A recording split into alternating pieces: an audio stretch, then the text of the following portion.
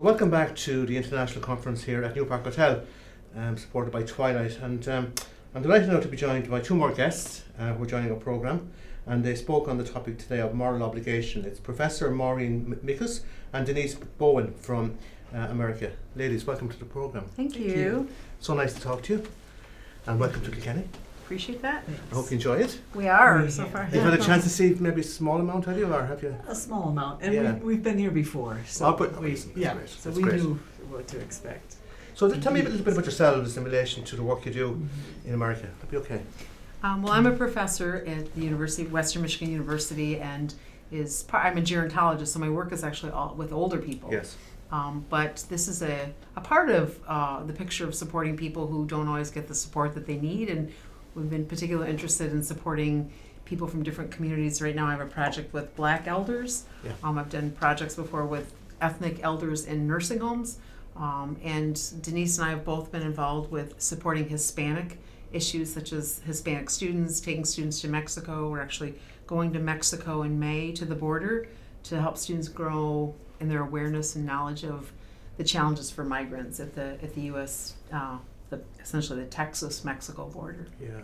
And again, I suppose the whole idea of today's meeting is about bringing communities closer together, which is so important globally, isn't it? Right, of course. How have you found the meeting so far, the conference? How have you?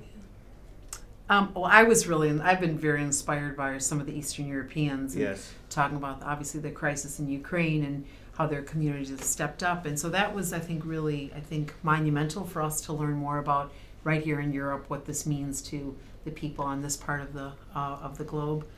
And I don't know what struck you as far as the I think just the bringing together of everyone into this one room, where everyone was sharing ideas that really meshed with each other. They felt like they were all interested in the same goal of treating or integrating the immigrant into communities, so that because we're all part of one human family.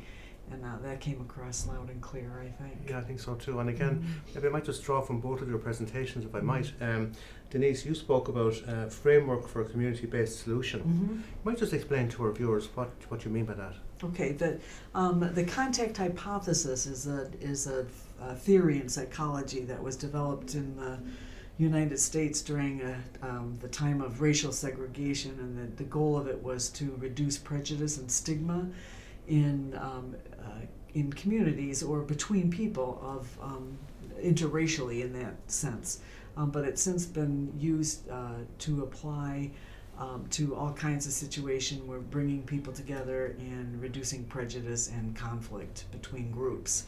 So the idea of this contact hypothesis is that if we can bring people together from two different groups and put them on equal standing with each other, have them work together towards a common goal, have them cooperate together instead of compete, and have institutional support for that, that we can reduce the tensions that often arise from prejudice and conflict between groups that are not similar in other ways. Such a good framework. And again, you quoted from President Obama. Maybe you might just repeat that for us. Right. Okay. That wasn't a quiz. No, I happened to, because I was struck by myself. I just took it down. If it's okay. Absolutely. When we study together, we learn together, we work together, and we prosper together.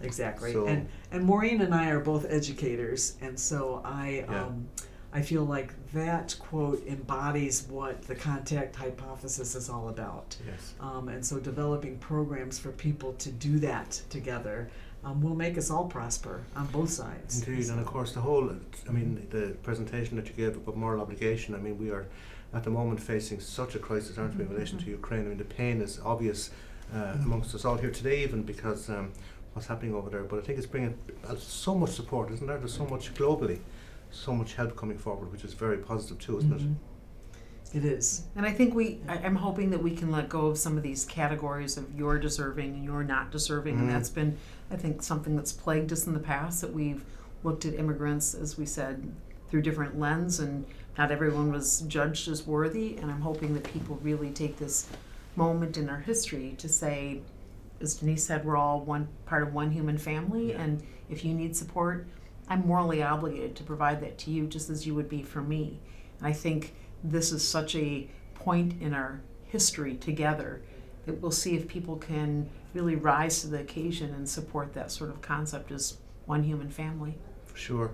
And again, Maureen, you spoke about the Moral Courage Project. And again, maybe you might just explain for our viewers and listeners. Right. So I think the simplest way we explain the Moral Courage Project is doing the right thing in spite of fear you might have.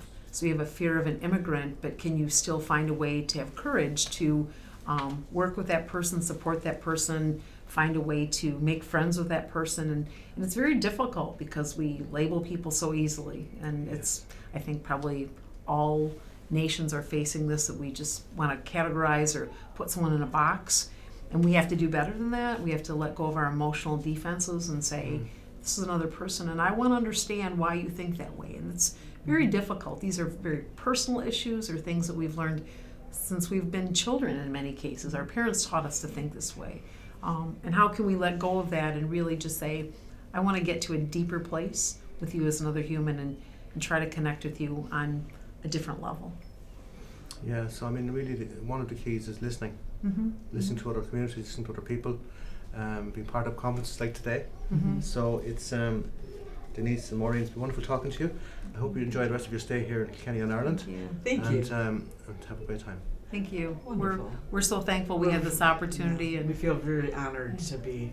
Well, of course, you're here too as part of our festival. Of course, St. thank you. Patrick's, which is global, of course, Of as you know course, yourself.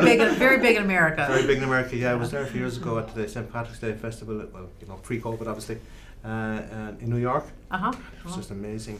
Obviously the numbers that came out and everything else is such a, yeah, it's great to see when you're outside the country as well. So enjoy. Thank you so much. Thank you Appreciate so the much. welcome. Thank you. Thank you.